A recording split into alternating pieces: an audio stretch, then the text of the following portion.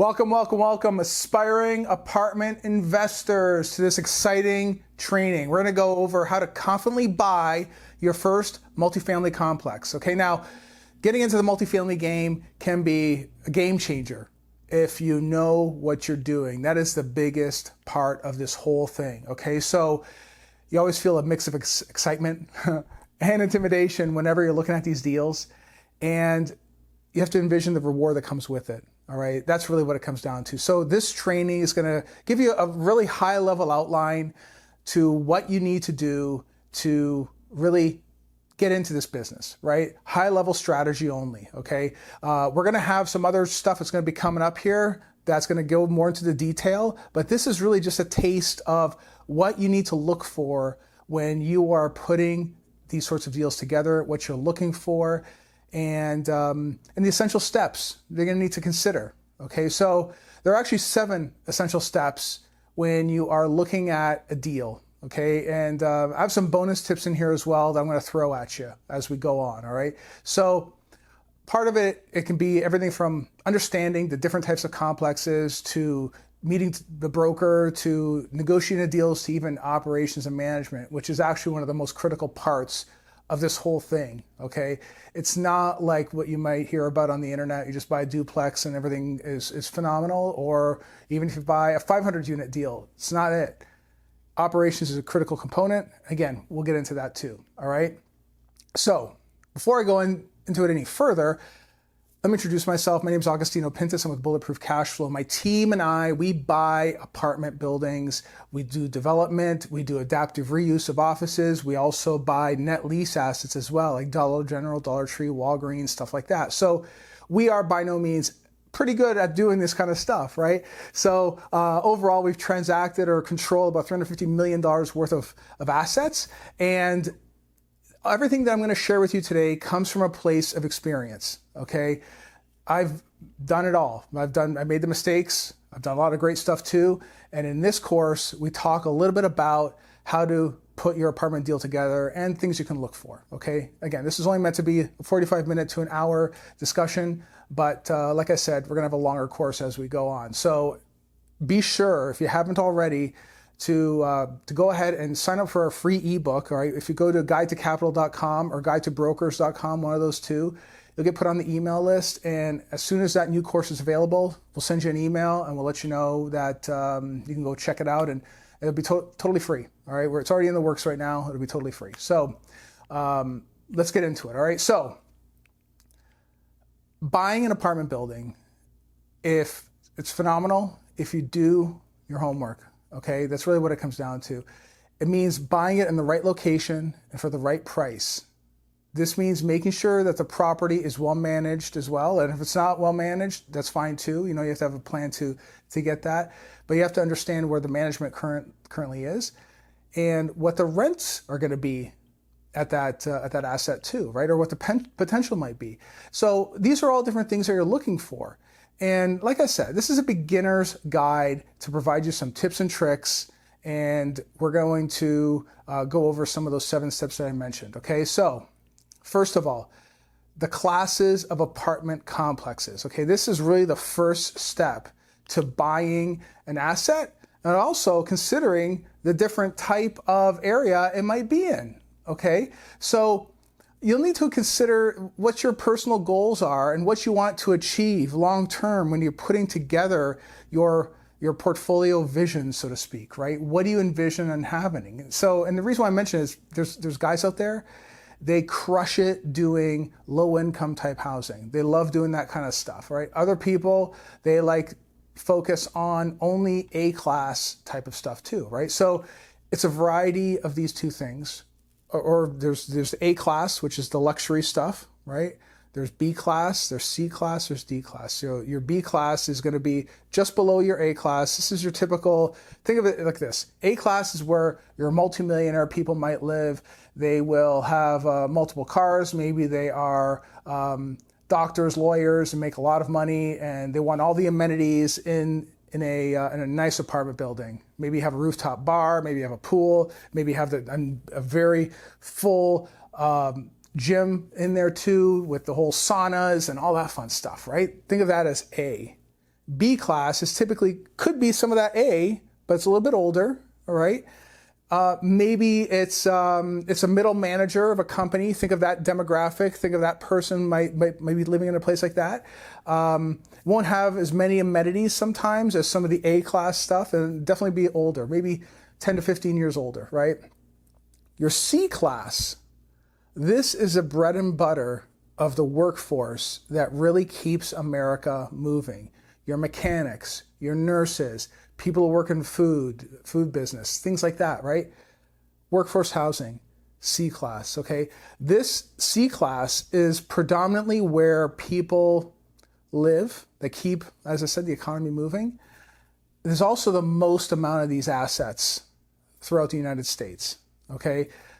This is stuff that might be 30 to 50 years old, right? Somewhat older. Yeah, so sometimes depending on where it's located, there's some deferred maintenance, there's some things you have to do to keep these assets up. And then you have your D class, all right? Your D class assets are typically places where there's a lot of poverty, there could be some crime, need a lot of help in those assets too. Typically those assets are even older than 50 years, right? Because it's typically in some sort of really bad area, and not many people want to live there, all right? So A, B, C, D. For anybody starting out, I typically recommend they focus on the B and C right there in the middle. Okay, there's a lot of the C class stuff, but again, this is one of those things that you never want to do just on your own. Okay, you really want to get some help from a partner or from someone that's done this before. Okay, it's always advisable to do that to keep you from making any type of mistakes when you get into these types of deals. Right now, in the same way that there are A class and B class, C, D buildings, there are also A class, B class, C class, D class areas as well. So just as I alluded to a second ago, right? You have an A class building and maybe an A class area, typically, right? B, C, D. And what you're typically trying to do is you're trying to find that C class asset in a B class area. That is the thing that everybody's always looking for, or where the asset is 1 or even 2 grades below the area. The area is always the most important. Why is that? The area is the most important thing because you can always build a new asset. You can't build a whole new area, right? Areas, they show up over a great amount of time with a great amount of people and a great amount of money, right? So it's very, very difficult to change an area with a lot of money coming into it. But if you have a great area and the asset and it needs a whole lot of help and you can pick it up at a deal, obviously you're at a B class area, you pick up a C class asset, you're able to build out a business plan and improve that asset and make it a B class asset. That's the golden ticket right there. Okay, that's what we're always trying to find. Not always the case. Nothing wrong with also buying a B class asset in a B class area. That's okay too. You know, it's great to get some cash flow. Okay, so that's typically what we're doing. So you'll find that brokers will also focus on various asset classes in various areas as well. There's certain brokers. So it's great to understand what a broker's focus is, what their area is, the types of assets that they trade in. That's very, very important. So the reason why is because, as we'll get to it later on here, the brokers are typically the keys to the deal. Okay, it's the brokers, and we'll talk more about this, right? But like I said, getting to know the asset, the area, and the brokers, and what area and targeting the asset that you want is going to be absolutely critical. Okay, so the market, though, is the absolute most critical thing of all. It's the market first, never the asset. It's always the market. You got to be sure that the market you're selecting is a good market. There's very little risk in that market, unless, of course, you are, in the business of understanding where the market trend is going, and you can withstand in some sort of mix-up or not a mix-up, but a waiting game in an area, right? But for someone starting out, you want to be in an area that's strong. Okay, so that's ultimately what you're looking for. You can always improve a building. You can, but it's very, very difficult to improve a neighborhood by yourself, right? It just is. Okay. So what's the second thing? Step 2, okay? Step 2, set your budget. Okay, so after deciding what type of apartment you want to get, or what type of building you want to buy, set your budget. Maybe you're looking to buy a duplex, a triplex, a fourplex. Maybe you're looking to go even bigger than that. Great. Set your target, right? All this is going to be based on what you're comfortable doing, what your vision is, and how fast you want to scale that vision, or how slow you want to scale it too, right? It all depends on what you want to see happen when you set your goals and chase after them, all right? So typically, if you're doing it yourself, right, maybe you want to have a down payment or something like that. Well, let me take a step back. Typically, what you're looking to do is first, when you go find an asset that you actually like, you're gonna have to put down some down payment of some kind. Usually it's called earnest money, okay? And always get general counsel. Everything I'm about to tell you, be sure to run it by an attorney, and always involve an attorney when you're putting these deals together. Never, ever, ever try to do this on your own, okay? Always get a good, strong real estate attorney who's experienced and knows these types of real estate deals, okay? You put down some sort of earnest money that shows that you're serious about buying the asset. And then you go through your due diligence, you understand what you're getting into, and all that fun stuff. But typically, you're going to have to put some money down, right? Now, where you get that money from could be from your savings. Maybe you're borrowing it from friends and family. Just make sure that when you set your budget, you have to try to forecast your cash flow. Now, there's plenty of calculators online.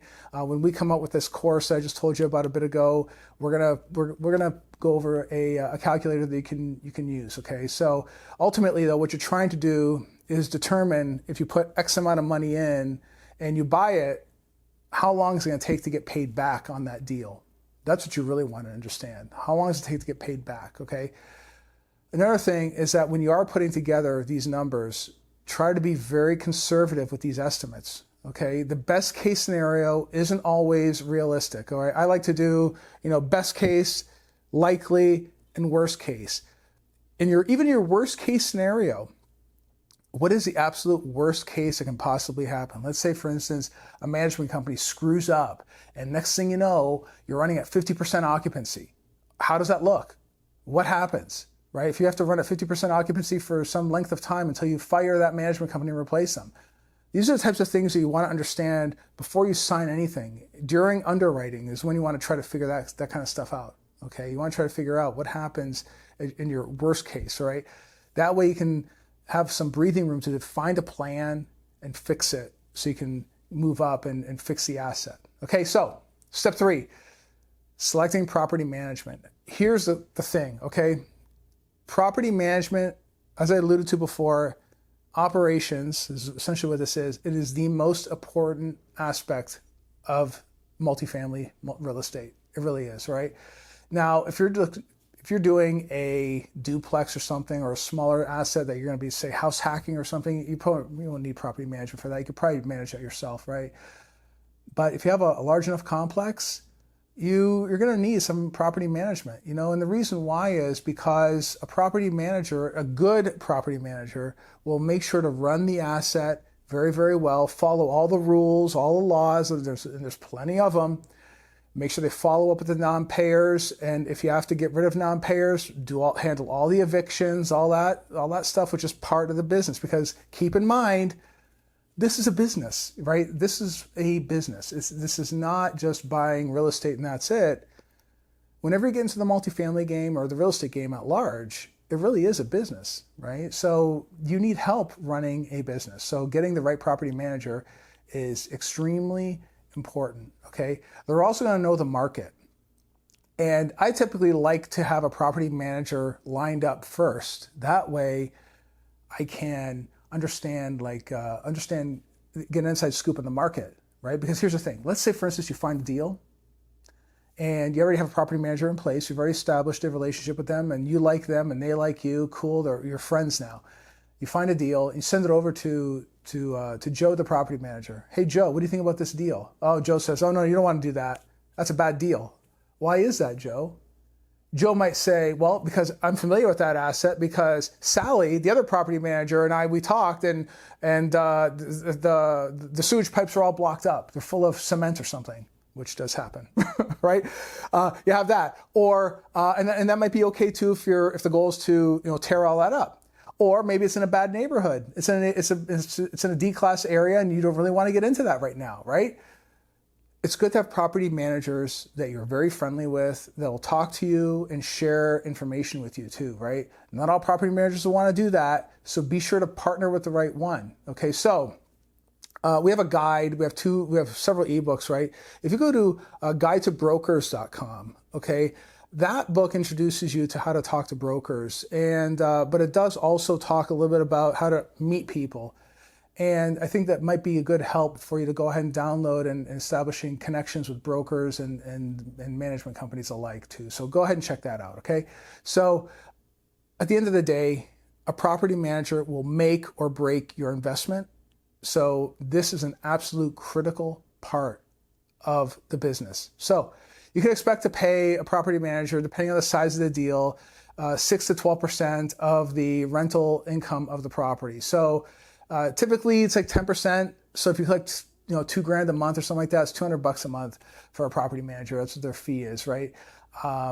So that's generally what to think about. But again, that money is, believe it or not, is not a concern as much as finding a good property manager that can help you execute properly. Okay, so that means conducting thorough reviews, talk to several companies, get an idea how they quote it, talk to as many property managers, or not property managers, but other landlords in the area as much as you can. Okay, go to the RIA, see if you hear anything. Talk to the contractors. Contractors do a lot of work for a lot of different properties, and if contractors often say, oh, this company is not so good and here's why. Now, it could be a problem with the property, but it could also be a problem with the property manager, right? So take it with a grain of salt too. And also be aware that people do like to complain a lot. So again, take that with a grain of salt, but if it's like a recurring theme, maybe stay away from that company, right? So step 4, find the properties and the brokers. Now, like I said a second ago, guidetobrokers.com, that book will help you outline or help you find a great broker, all right? So go ahead and check it out, completely free. Go there, download it, okay? It walks you through everything you need to say, do, how to dress, everything. I talk about it in that book, right? So go ahead and check that out. Now, but here's the thing. Once you have your property manager lined up, now you can start talking to the brokers. Because here's the thing. These brokers will probably likely ask you, who's your property management company? They will, right? So you want to make sure you have that property manager lined up. If they say, hey, who's your property management company? You might say, oh, it's Joe, the property manager. He's over there in Cleveland. Oh, wow, that's great. Yeah, he's a good dude. I like him. So, like I said, if you did the research, as I said in the previous step, and he's well-liked, very respected, right? That's who you likely want to partner with, because all the brokers will also know who he is. And by association, you're going to have credibility. And whenever you're talking to a broker, you want credibility, okay? So when it comes to brokers, same sort of thing applies. Like I said earlier, at the very beginning, the brokers specialize in certain asset classes, I find. Even though it's one license for the brokers, some brokers specialize in industrial, some focus on multifamily, some focus on net lease, some focus on development, some focus on land. And some even focus on certain areas, right? Some focus on D-class assets, some focus on A-class assets, the whole gamut. It's the whole gamut, right? So what you're looking to do is find the right broker that matches up with the type of asset that you're looking to do, right? So typically what a good place to start, believe it or not, is LoopNet, okay? LoopNet is this is not, I'm going to say this quote, it's not my quote, all right? It's a place where deals go to die, all right? I know people are probably going to be like, oh my God, I can't believe you said that. But here's the thing, all right? A lot of deals, they end up there and they get picked over. They're already picked over hundreds of times already by the time they reach LoopNet. So why would I tell you to go to LoopNet? Brokers are on LoopNet. The broker sponsoring the asset is on LoopNet. That's a person you want to reach out to. Okay, so if you see a certain type of asset, let's say a C-class asset, C-plus asset, in a somewhat decent area, maybe that's the broker you ought to reach out to.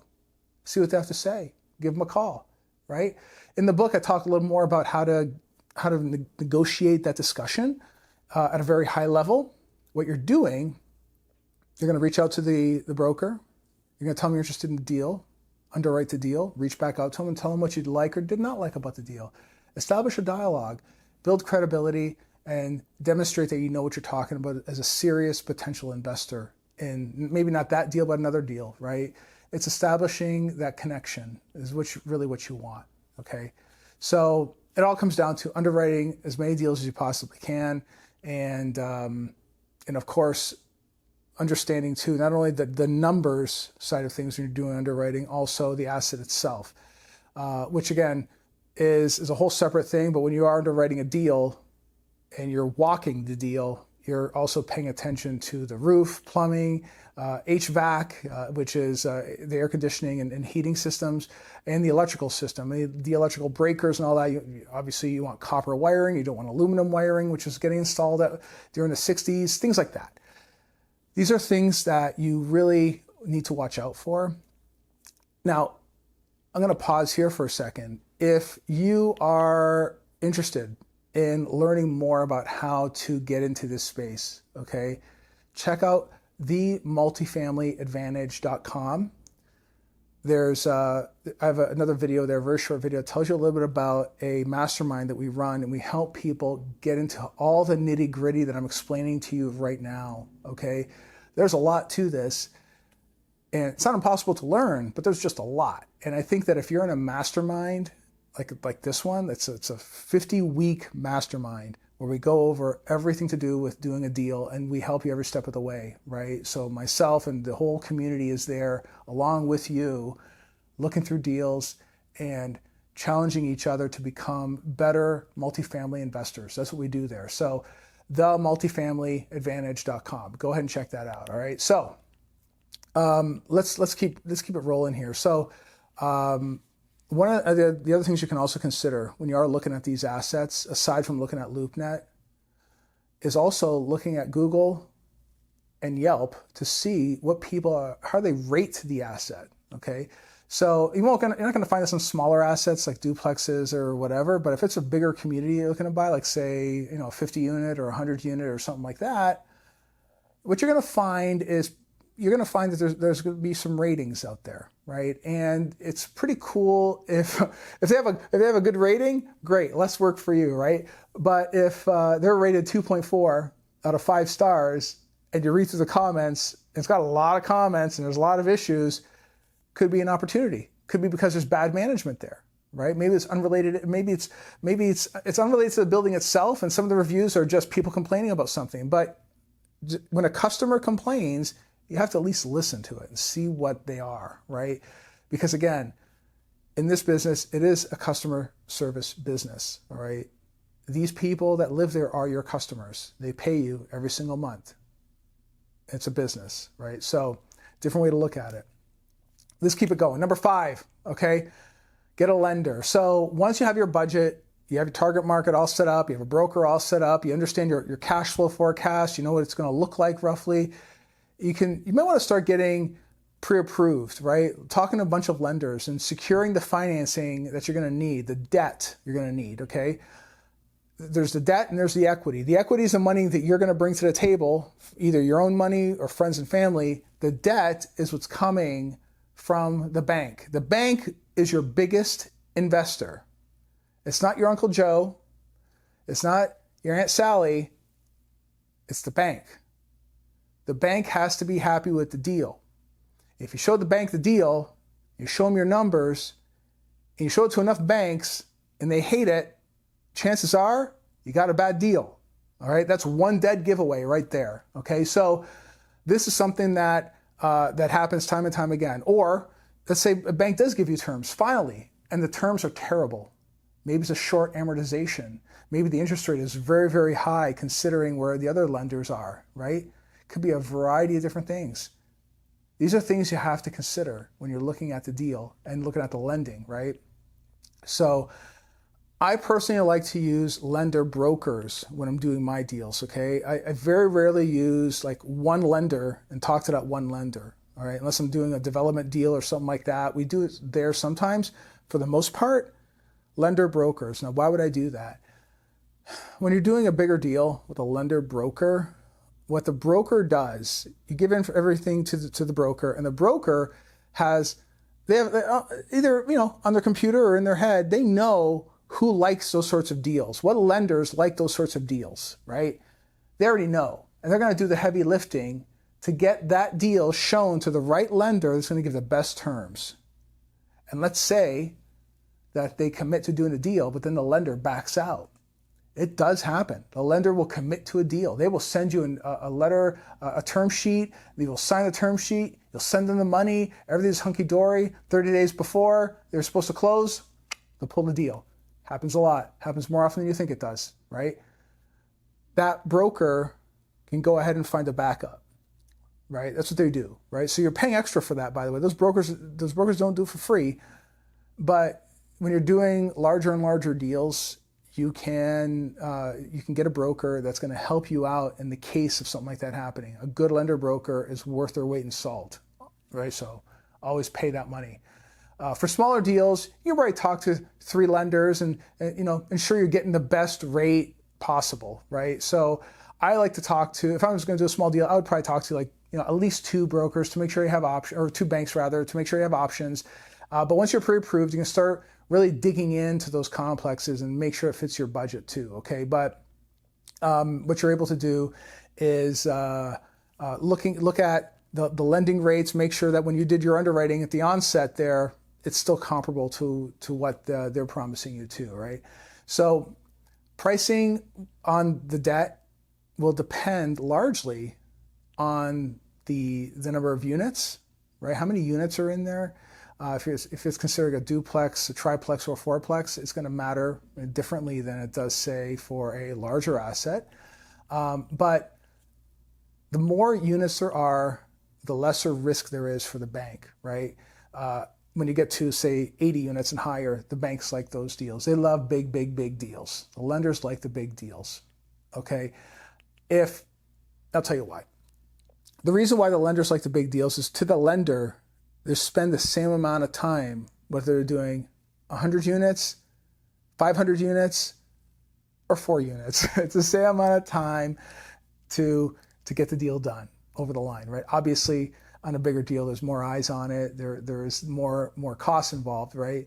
But the point is, the same amount of time passes, and the lender likes doing bigger deals, right? So it all comes with experience too. If you're a beginner just starting out, okay, you're not going to buy a high rise tomorrow, and that's okay. Doesn't mean you can't do it one day, right?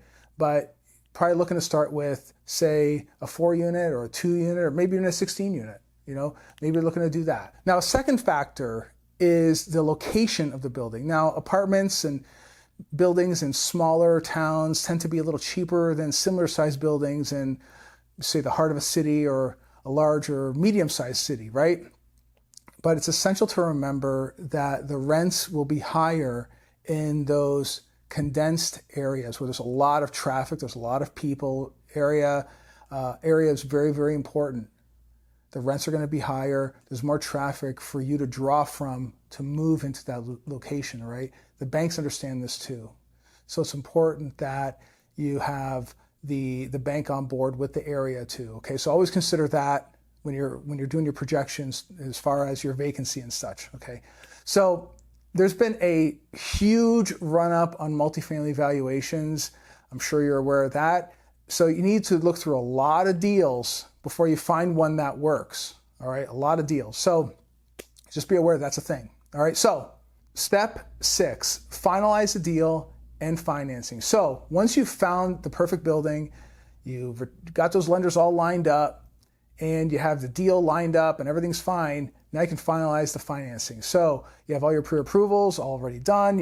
You've compared your rates and everything's hunky-dory there. So lender, once you pay them their fee to get started, which you will, you probably have to pay them something, depending on the size of the loan, right? It could be 10, 15 grand to 50,000, just depends on the size, right? The lender will probably require an appraisal before getting started, all right? So they're gonna have to get the appraisal done, make sure they do what's called a property condition assessment, a PCA, depending, of course, the size of the asset. So you got to make sure there's no issues with the title. That's what the bank really wants to know, right? So if everything comes back in good shape, there's no problems with the title, there's no liens or anything else like that revealed on the report, great. In case they do find something, you can reconsider your investment. Any money you might have spent up until that time, of course, is sunk and gone, but it's okay. You learn it and you move on with another deal. That's all it means, right? But once everything's confirmed, you can then move on to close your deal, all right? And that means, of course, bringing the equity to the asset, or bringing the equity to the closing rather, and shut the deal down. You have the bank there, you have your debt, you have your equity, and now you can close. So what comes next? Step 7, stabilizing your investment. So here, be ready to spend a few months, or a better part of maybe even 6 months, stabilizing the asset, depending, of course, on the condition of the property. This means getting all your finances in order, of course, transitioning everything if it already has tenants in there, so you can put it into your system or your property manager's system, right? So you understand who's paying, who's not paying. You did all your lease reviews, of course, during your due diligence process. And then you can start getting your business plan in check. You start executing your plan. Maybe your plan includes just running the asset as is. Maybe it includes doing some major upgrades to improve the property. Could be that too, right? But ultimately, what it comes down to is running the asset, meaning that now you become an asset manager. You put your asset manager hat on and you make sure that you are now managing the property management company. This means establishing KPIs, meeting on a regular basis, understanding what the manager is doing and making sure that they're implementing the plan. Now, if vacancy starts increasing, okay, could be a sign of another issue. So you're always tracking vacancy. You're tracking your any type of you're tracking your rents, of course, any type of losses, any type of giveaways they're going to have to do. How much does that cost the business? Remember, this is a business, right? It's not just a property. It's not just multifamily. It's a business. So this involves managing the manager is exactly what it means. All right. So let's get into some bonuses, right? I have a few bonus points that I want to share with you too. Okay. One of the things is, how do you establish valuation of an apartment complex, right? So the most common way to value a complex is through the income approach, right? So this approach divides the net operating income, the NOI, by the cap rate. So NOI is your monthly rent per unit multiplied by the number of units minus all the operating expenses. And of course, the cap rate is what most apartment buildings can typically trade for, depending on the asset class and where it is and all that stuff. It could be a 4 cap if it's in like an A-class area, or a 10 cap if it's in like, a not so good area, right? And then you can speak with the local real estate agents and brokers to determine your precise cap rate when you're trying to figure this out, right? So if your NOI is $50,000 and the cap rate is a 10%, then the value of the property is roughly $500,000, right? So keep in mind though, okay, don't open up with a broker just talking about a cap rate. As soon as you talk cap rate, you're immediately telling them that you're a newbie. And you might very well be a newbie, but in this line of work, understand what cap rate is, or it's one way, like I said, to determine the valuation of something, right? But more importantly, it's also a level of risk. If something is at a 10 cap, like I said before, 10 cap, not so good area. 4 cap, A-class area, nice area, right? So understand what that cap rate is, okay? I've done other videos on this. It's on the YouTube channel. So if you go to Bulletproof Cashflow on the YouTube channel, check it out. I talk a lot about cap rates, all right? What I'll even do is I'll include a link in the description once we get this thing up on YouTube, and you guys can take a look at that, okay? Second bonus, how do you buy an apartment building with 0 money down? Now, occasionally, sellers will offer seller financing to cover the full amount of the purchase price with just a down payment, okay? You can ask the seller if they're willing to take such an offer. Now, here's the thing. Right now, in this current economic cycle, because lending has really, really tightened up, okay? Most sellers are willing to do this. They're willing to do what's called a carry back, carry back some of the debt. That's what this means. So for you as a buyer, it presents a very interesting opportunity. As a matter of fact, we just did the last 5 deals that we did on our net lease business have all been owner carryback, which is interesting, right? It made sense to do that, right? Because the lenders just weren't coming in competitively enough. It works out well for both parties, right? So that's a whole different topic. Maybe we can cover that on a separate training, a separate webinar, right? But it's a very interesting way of getting deals done in today's time frame, okay? Bonus number 3, how much time does it take to manage an apartment complex? This is the thing, all right? It does take time. The bigger the asset, the more time it takes. It's really a lot for one person to manage, okay? So you're better off hiring a property management team, a company that does this every single day. They have the software, the processes, they even know where they could find the people, and maybe even get discounts on some of the materials that are needed because they buy in larger volume, right? So these are the types of things that you can do. So again, if the asset is small enough, you can manage it yourself, and you can probably keep a better eye on it too, right? Make sure, of course, you have great systems in place. You have a good CPA that is willing to give you a hand with the bookkeeping of this thing, because maybe you're not a good bookkeeper. Maybe you're just not good at it. Maybe your CPA can handle that part, right? That's okay. You can do that too, right? I would recommend it, actually. If you're not that good at doing that kind of stuff, you don't like doing it, get a pro to do it, right? Get someone who's really experienced at it. It's worth the money, because when it comes to tax time, you want to make sure that you have every single receipt ready to go, and that way you can just send it off and get it done, and take that sweet depreciation that we all want to do, right, in this business. So these are the types of things that you really want to do. Okay, so like I said, property management is a key thing. All right, it's absolutely key. The success of the asset is dependent on it. All right, so I want to give you those 3 bonuses. Now keep in mind, this is just an introduction to the process of getting into your first multifamily. I'm sure that there's a lot of things out there, and you guys probably have a ton of questions, all right? If you have any questions, go ahead and put it in the chat now. I'll try to answer them if there's any questions here. But if you're watching this later, okay, you can either ask the question in the YouTube, we put this up on YouTube, right? Just ask it in the comments. We'll get back to you there. But like I said, if you are interested in actually getting coaching on how to do this, everything I just described here, right? And get down to the nitty gritty, all right? themultifamilyadvantage.com. Check it out. We go through all this stuff. We have an online component, and we have the mastermind component too. It's all inclusive. And we meet with the team and yours truly to walk you through the deals and help you understand how to put this stuff together, okay? Absolutely critical, guys. So, if there's any questions here, I'm looking at the monitor right now. I don't really see any questions right now, but that's all right. It's okay. Like I said, if there's any questions, go ahead and throw them in the in YouTube, right, when this thing gets out. Always remember that growth comes from experience, okay? You have to be open to learning, and this is a journey. And if you are really applying yourself and applying your knowledge to learning this business, you can be successful, but you don't have to do it alone. You can do it with a group that really wants to see you succeed. All right. So thank you for joining me today. Greatly appreciate it. Like I said, my name is Agostino. Thank you so much. I will talk to you again soon.